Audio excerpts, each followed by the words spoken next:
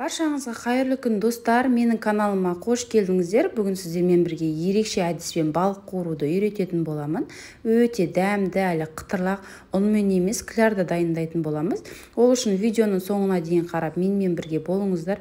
Және каналыма тіркелмеген болсаңыздар тіркеліп, қасындағы қоңырау батырмасын басып қоюды ұмытпаңыздар. Ал ендеше бастаймыз. Ең әуелі жақсылап балығымызды жуып тазалап аламыз. Менде судак деген балықтың түрі. Енді жақсылап жуылған, тазаланған балықтарды дәл видеодағыдай кесіп, бөліктерге бөліп аламыз. Сол кезде тұзы сіңіп жақсы болады, арасы да толықтай пісіп шығатын болады.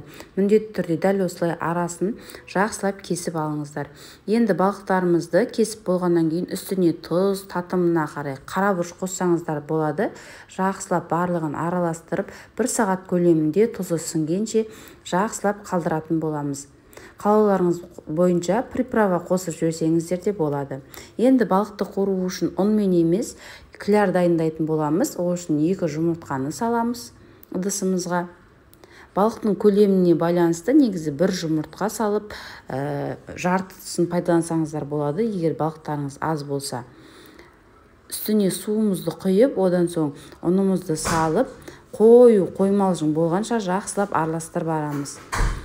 Қаймақтар іздес қою болғаны дұрыс. Енді жақсылап араластырамыз, арасында ешқандай іртік қалмауы қажет. Мінекей біздің клярымыз дайын болды. Енді осы клярға балықтарымызды батырып, алдын ала дайындап ыдысқа салып аламыз. Немесе бірден жасап қуыра берсеңіздер болады. Құрамындағы заттарын төменде описание бөліміне қалдырамын. Сол жерден қарап, балықтарыңыз көп болса 2 есе көбейтіп, аз болса 2 есе азайтып жасай берсеңіздер болады.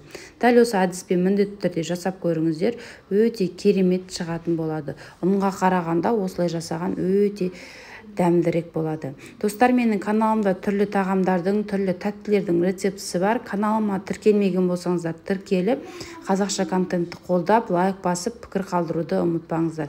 Және WhatsApp желісінде достарыңызбен бөлісе отырсаңыздар болады.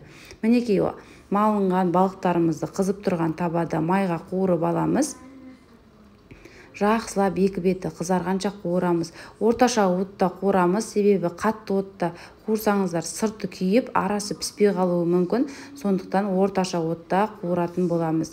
2 бетін қатты қызартып аламыз. Сол кезде балықтарымыз қытырлап жақсы шығатын болады. Өзіме солай қызартып қуырған ұнайды. Міндетті түрде осылай жасап көріңіздер.